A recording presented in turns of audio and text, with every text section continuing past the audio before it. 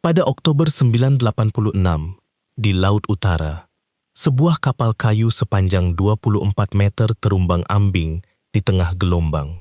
Air melimpahi dek, angin menyedut haba dari pakaian yang basah, dan di sekeliling mereka terbentang ratusan kilometer lautan sejuk tanpa daratan terdekat.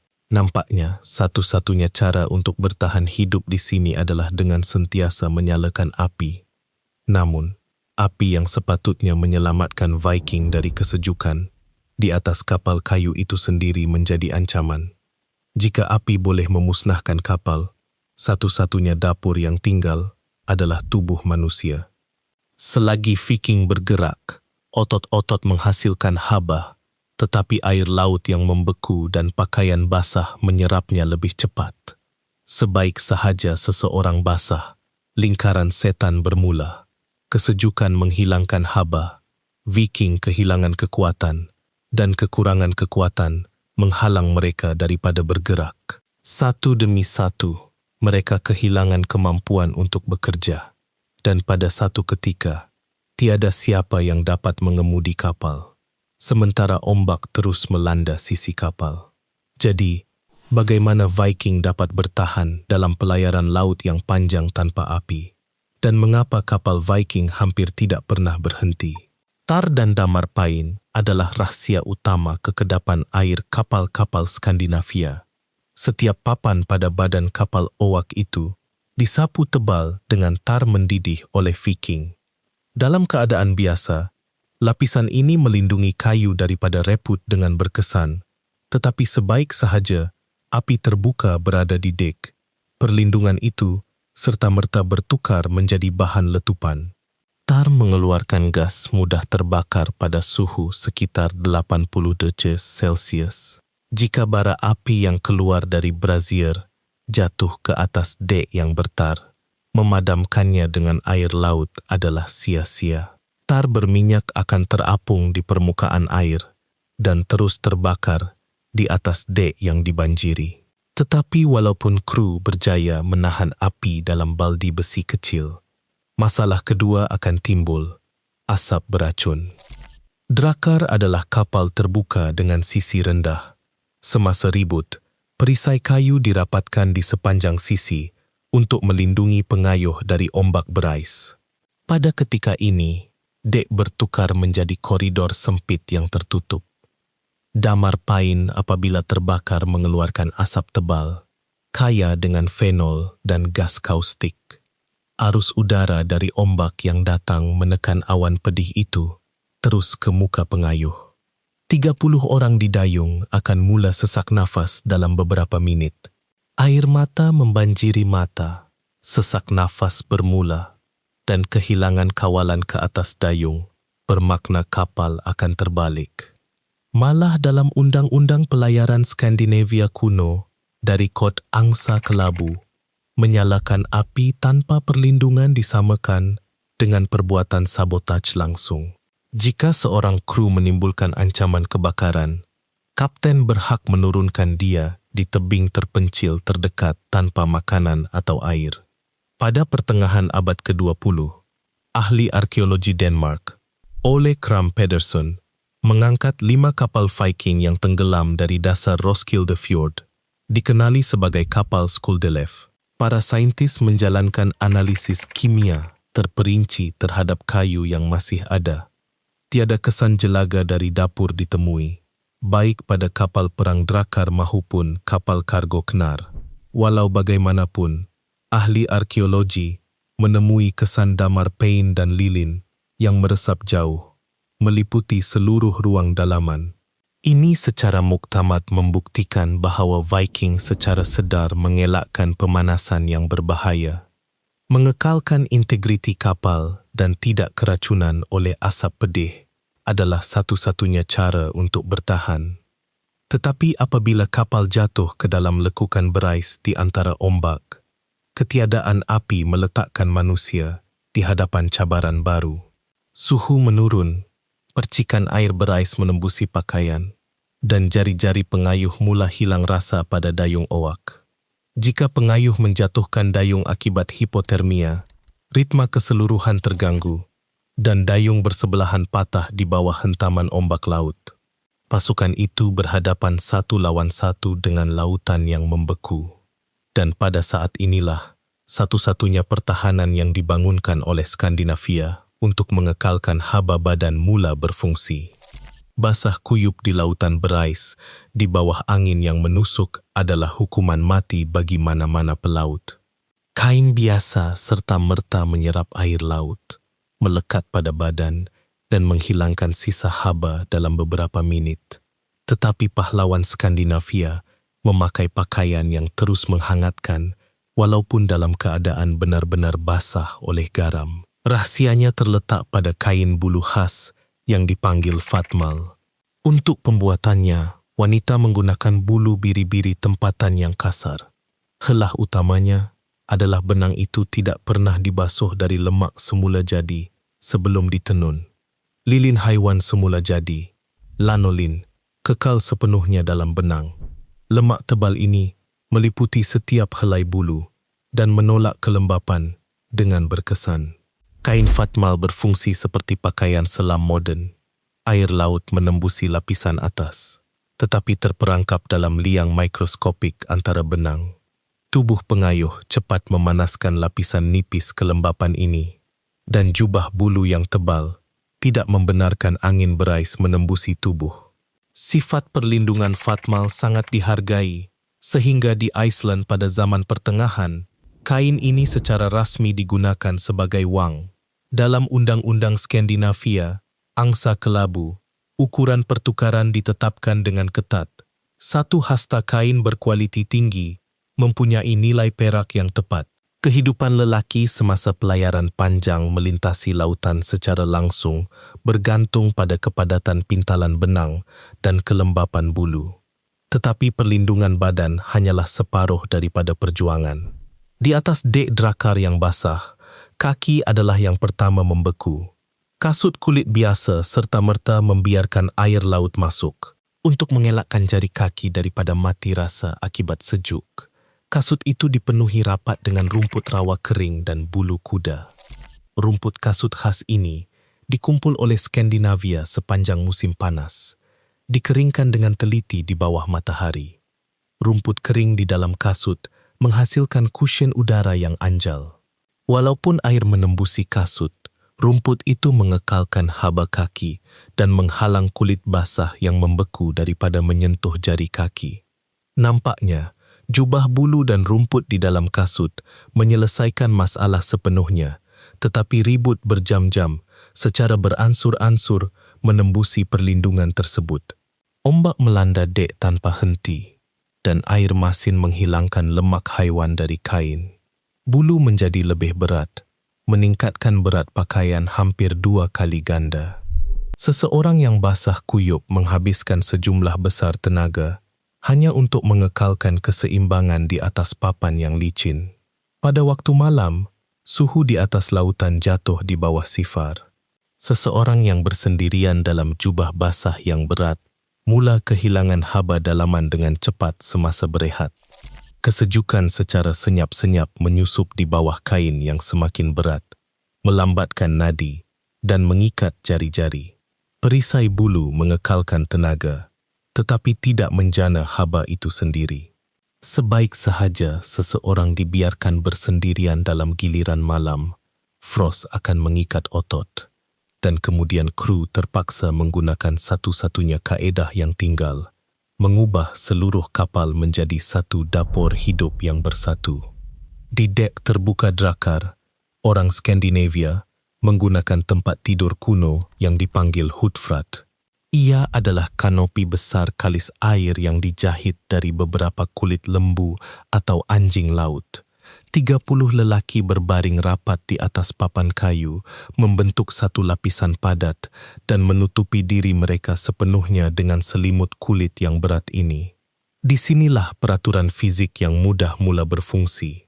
Seseorang yang bersendirian dalam angin basah akan menyejuk pada kadar yang sama, seperti secawan teh kecil dalam frost yang teruk. Tetapi 30 orang rapat bahu-membahu di bawah kulit yang kalis angin, berubah menjadi satu radiator pemanas yang kuat. Haba yang dihasilkan oleh badan terkumpul di bawah kanopi kulit, mewujudkan lapisan udara yang hangat di dalamnya. Tetapi sementara separuh daripada kru tidur di bawah hudfrat, separuh lagi wajib berada di dayung. Dan disinilah terletaknya sebahagian daripada jawapan kepada soalan utama. Mengapa kapal Viking hampir tidak pernah berhenti semasa pelayaran laut? Mendayung tanpa henti bukan hanya untuk cepat sampai ke pantai. Ia adalah satu-satunya cara untuk mengekalkan kehidupan bagi pengayuh yang terjaga. Apabila seseorang menolak dayung oak yang berat, ototnya bekerja pada head dengan ketegangan fizikal seperti itu, sehingga 80% daripada semua tenaga yang digunakan bertukar menjadi haba murni. Mendayung secara harfiah memanaskan darah dari dalam, mengarahkannya ke jari tangan dan kaki yang membeku. Tetapi sebaik sahaja pasukan berhenti mendayung dan berehat selama sekurang-kurangnya 30 minit, mekanisme berbahaya akan bermula. Tanpa beban fizikal, peredaran darah serta-merta melambat. Bulu yang lembab mula menyedut haba dalaman yang tinggal dengan cepat. Otot pengayuh kejang akibat kesejukan, terikat oleh kekejangan yang menyakitkan dan memaksa tubuh yang beku untuk menolak kayu berat itu semula menjadi hampir mustahil. Dalam saga kuno tentang orang-orang dari Lasso dan Lembah, sebuah kejadian nyata direkodkan. Semasa pelayaran melintasi lautan, kru yang keletihan melanggar ritma dan cuba berhenti untuk berehat. Angin ribut yang suram serta-merta menyedut haba dari pakaian basah. Tiada siapa yang dapat mengemudi kapal. Jari-jari orang tidak dapat menggenggam pemegang. Kapten terpaksa mengangkat pahlawan dengan tangannya sendiri dan memaksa mereka untuk mendayung semula melalui kesakitan yang teruk. Pergerakan berterusan mengekalkan kapal di laluan dan memanaskan darah. Tetapi enjin biologi hidup ini memerlukan bekalan bahan api bersih yang berterusan. Agar seseorang dapat bekerja dengan dayung selama berhari-hari pada suhu sifar, perutnya memerlukan makanan istimewa. Tanpa makanan panas dan api unggun, tubuh manusia dalam angin berais mula kehabisan sumber dalamannya dengan cepat. Jika pengayuh diberi makanan sembarangan, enjin biologi dalamannya akan mati dalam beberapa hari. Tiada jubah bulu, mahupun tidur bersama di bawah kulit, akan menyelamatkan seseorang dari kesejukan yang mematikan. Di dalam perut drakar, tidak ada periuk dapur atau dapur. Seluruh diet Skandinavia terdiri daripada produk yang tidak memerlukan masakan dan tidak rosak selama berminggu-minggu. Asas bekalan makanan penyelamat ini terdiri daripada dua elemen utama, ikan kod kering, hartfiskur, dan mentega lemak. Ikan kering adalah protein tulen, dikeringkan dalam angin Arktik sehingga menjadi papan yang keras. Untuk mengunyah sekeping seperti itu, pahlawan memukulnya dengan batu rata terus di atas dek kayu. Tetapi ikan sahaja tidak cukup untuk pemanasan dalaman badan. Rahsia utama kelangsungan hidup adalah mentega dan lemak cair. Viking membungkus tong berisi mentega di dalam petak kapal yang paling kering. Dalam keadaan beku, mereka memakan lemak ini terus dengan sudu atau menyapunya tebal pada ikan kering. Di sini, perbandingan dengan pemanasan dapur berfungsi dengan baik. Roti lempeng atau protein terbakar dalam tubuh dengan cepat, seperti kertas kering, memberikan hanya lonjakan tenaga yang singkat. Tetapi mentega dan lemak adalah arang batu padat. Perut menghabiskan berjam-jam untuk mencerna lemak, sentiasa melepaskan sejumlah besar haba ke dalam darah. Dalam biologi, ini dipanggil termogenesis makanan. Orang Skandinavia tahu peraturan praktikal. Selagi ada lemak di dalam perut, jari tangan tetap hangat, walaupun pada suhu -10 darjah Celcius. Dalam kronik Iceland, fakta direkodkan, semasa persiapan untuk ekspedisi, mentega dinilai lebih tinggi daripada perak. Dalam saga tentang Erik si Merah, disebutkan bahawa sebelum berlayar, Kapten secara peribadi memeriksa bekalan lemak di dalam perut kapal. Jika tong mentega tidak penuh, pelayaran ditunda walaupun angin bertiup kencang. Tetapi perisai kalori ini mempunyai sisi yang berbahaya. Pencernaan makanan berlemak memerlukan banyak air tawar. Air dibawa dalam tong, tetapi dalam keadaan beku, ia membeku menjadi ais, dan dalam ribut, ia bercampur dengan percikan air laut masin. Jika pengayuh memakan sebahagian lemak tanpa dapat meminum air bersih, dehidrasi yang cepat akan bermula. Seseorang akan kehilangan kekuatan lebih cepat dan darah akan menjadi pekat, berhenti, menghangatkan jari-jari. Viking terpaksa menjaga bekas air tawar dengan sangat berhati-hati. Diet kalori memberikan tenaga kepada otot dan membolehkan pengayuh menahan kerja berhari-hari dalam angin berais. Tetapi walaupun perut kapal yang penuh dengan ikan kering dan otot yang kuat menjadi tidak berguna apabila kabus Arktik menyelubungi lautan. Apabila matahari hilang selama berminggu-minggu, Drakkar berubah menjadi serpihan buta di tengah padang gurun ais yang tidak berkesudahan. Bagaimana Viking berjaya mencari pulau-pulau kecil di lautan tanpa kompas dan peta. Bayangkan, di sekeliling terbentang ratusan kilometer air kelabu, dan langit diselubungi kabus tebal. Tiada matahari, tiada bintang, tiada garis ufuk. Kesalahan jurumudi hanya beberapa darjah akan membawa kapal ke padang gurun ais yang tidak berkesudahan, di mana seluruh kru pasti akan binasa. Tetapi orang Skandinavia tidak mempunyai kompas magnetik mahupun peta geografi. Rahsia navigasi utama mereka dalam cuaca mendung adalah kristal lutsinar yang dalam saga kuno dipanggil Solarstein atau batu matahari. Ahli arkeologi dan fizik telah membuktikan bahawa ia adalah mineral semula jadi, spar, Iceland. Di sini, perbandingan mudah dengan cermin mata hitam polarisasi berfungsi dengan baik. Orang biasa melihat langit kelabu berkabus dan hanya melihat selimut tebal. Tetapi kristal spar memecahkan sinaran cahaya menjadi dua aliran selari.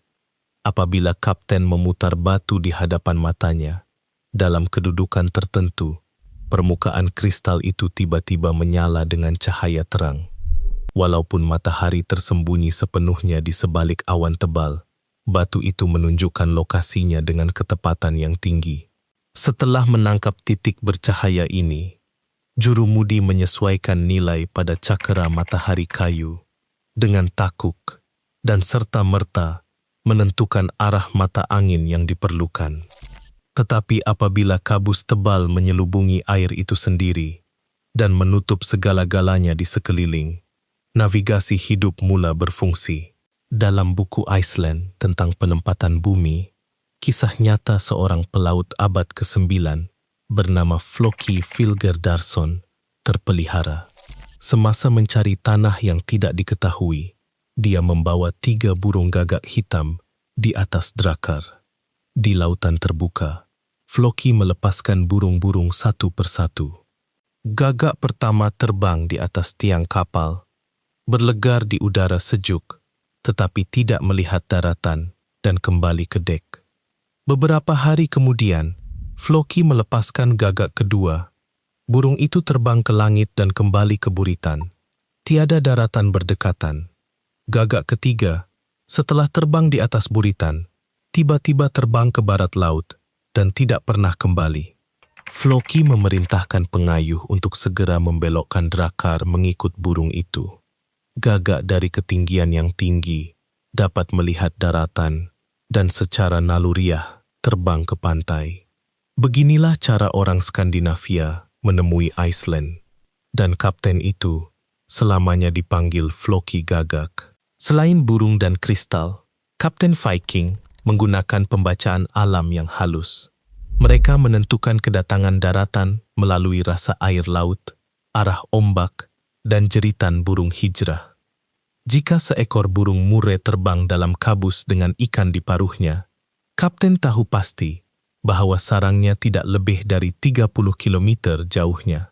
Melalui bau gambut dan warna buih pantai, jurumudi dapat mengesan pantai jauh sebelum kru melihatnya. Perhitungan yang tepat dan penanda aras hidup membawa Drakar terus ke sasaran. Kapal itu menakluki lautan dan keluar dari kabus. Tetapi, setelah menembusi ribut, Viking menghadapi bahaya terakhir.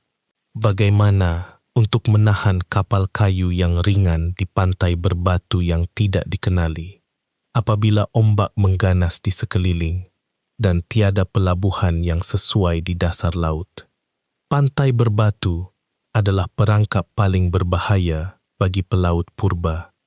Apabila ombak laut yang besar memukul terumbu karang bawah laut pantai dengan kuat, buih putih mendidih timbul di sekeliling. Nampaknya, langkah yang paling logik dan munasabah dalam situasi seperti itu adalah menurunkan dayung, mengurangkan kelajuan, dan menjatuhkan sauh berat untuk menunggu ribut berbahaya berlalu. Tetapi bagi Kapten Drakar Skandinavia, berhenti sepenuhnya di pantai bermakna malapetaka. Disinilah satu lagi sebab penting mengapa Drakar hampir tidak pernah berhenti di laut mula berfungsi. Apabila kapal kayu kehilangan kelajuan, ia serta-merta kehilangan kawalan.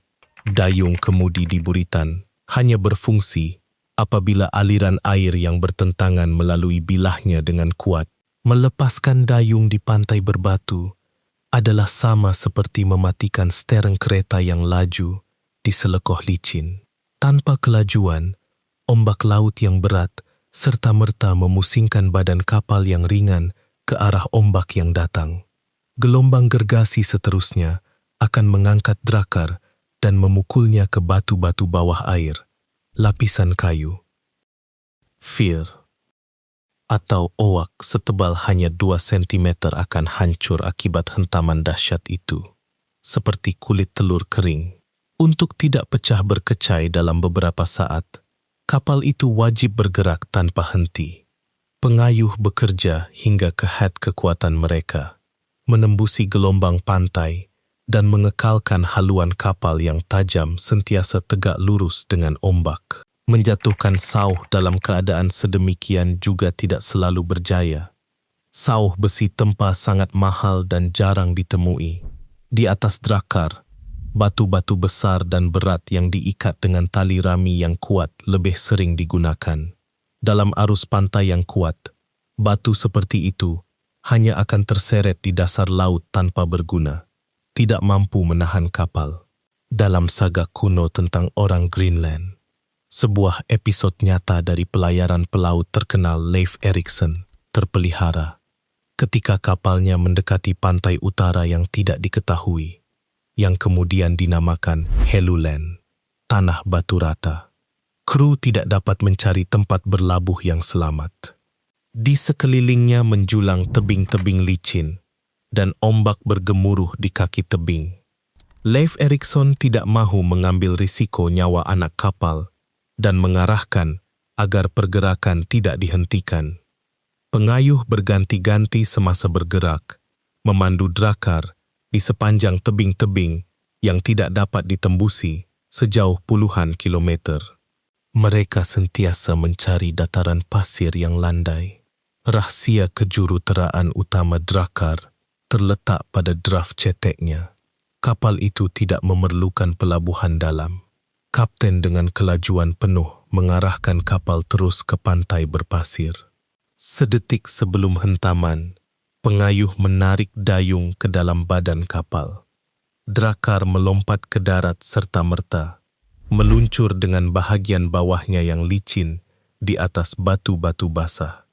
Kru serta-merta melompat ke dalam air berais hingga ke pinggang, meletakkan balak kayu Hlumnar di bawah lunas dan menarik kapal ke pantai kering.